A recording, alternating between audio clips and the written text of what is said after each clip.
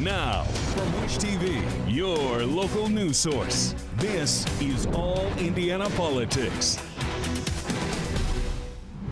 Good Sunday morning. Welcome to another edition of All Indiana Politics. I'm Phil Sanchez. It was a big week in Washington. President Joe Biden released his plan to spend your tax dollars, and lawmakers sent him a bill to declassify U.S. intelligence about the origins of COVID-19. Our government reporter, Garrett Berquist, talked to Congressman Andre Carson.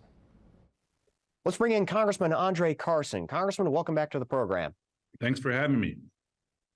What do you make initially of the president's initial budget proposal? He's opened the door to nationwide free community college. That's a major victory in my mind.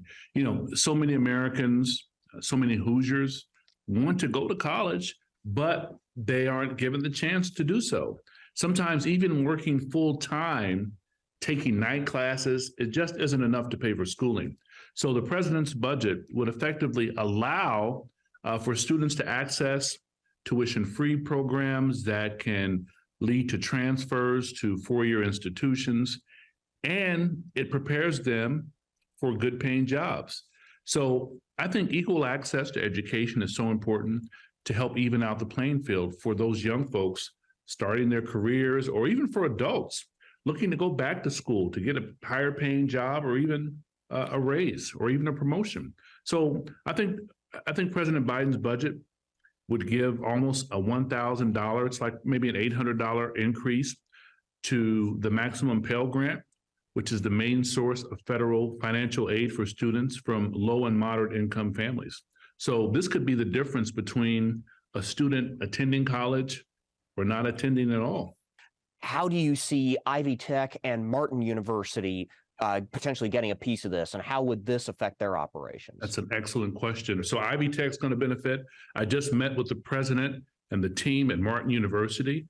They're going to benefit from this, and we're going to fight for those dollars to come to great institutions like Martin University and Ivy Tech. So I think it means a lot for those minority-serving institutions. I just met with the president of Valparaiso. They're doing some great things in terms of meeting the needs of students in the region. And so there's a lot more to come from this proposal, and I hope it goes through. I hope it passes. We're going to support it, and it's going to help Hoosiers. Now, this budget does include closing some tax loopholes and raising some taxes on the wealthiest Americans to reduce the deficit. However, there are no spending cuts. How can we get our deficit and our debt under control if we don't both increase revenues and cut spending? We have a budget. The president addressed our deficit during the State of the Union, and reducing the deficit by making the wealthy and corporations pay their fair share, cracking down on fraud, cutting wasteful spending on big pharma, big oil, and other special interests, even working around ways that we could really maximize our military budget will do a lot for our deficit. And, the budget cuts the deficit by about $3 trillion over the next decade. And we're going to make sure that the wealthy and corporations pay their fair share.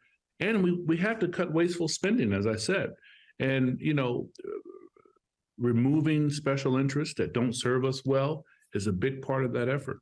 I do want to touch on one non-budget related headline that came out late in the week. The House unanimously voted to declassify the intelligence surrounding the origins of COVID-19. You serve on the Homeland Security Committee.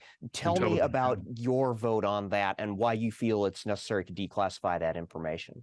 Well, I think with so much misinformation out there, as someone who sits on the Intelligence Committee, I'm the ranking member over the CIA subcommittee. I just had a meeting this morning with folks at the CIA and their chief medical officer.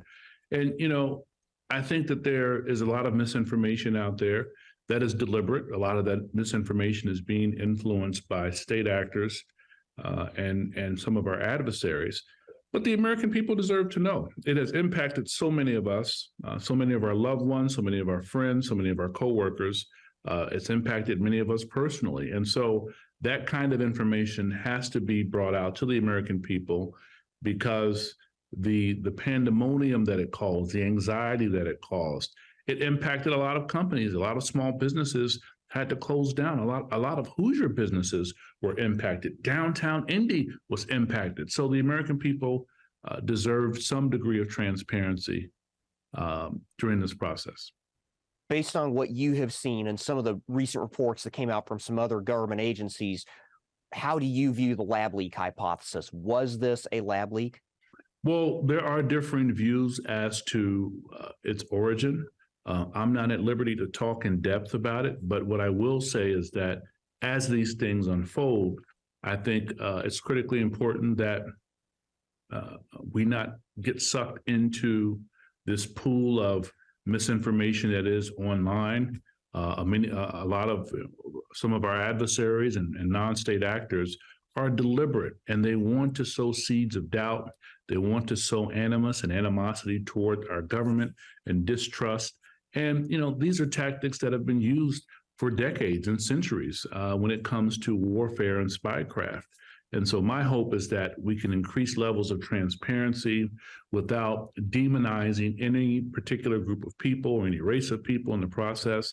Republicans are criticizing the president's budget. Congressman Rudy Yakum serves on the Budget Committee. He says the budget proposal Biden released shows he values higher taxes, more spending, less freedom, and even bigger government. Unfortunately, what it doesn't do is address the unsustainable fiscal situation we're in and the looming debt crisis the next generation will inherit unless we change course soon. All right, coming up, First Lady Dr. Jill Biden visits the Hoosier State. What she told an audience in Valparaiso. Next.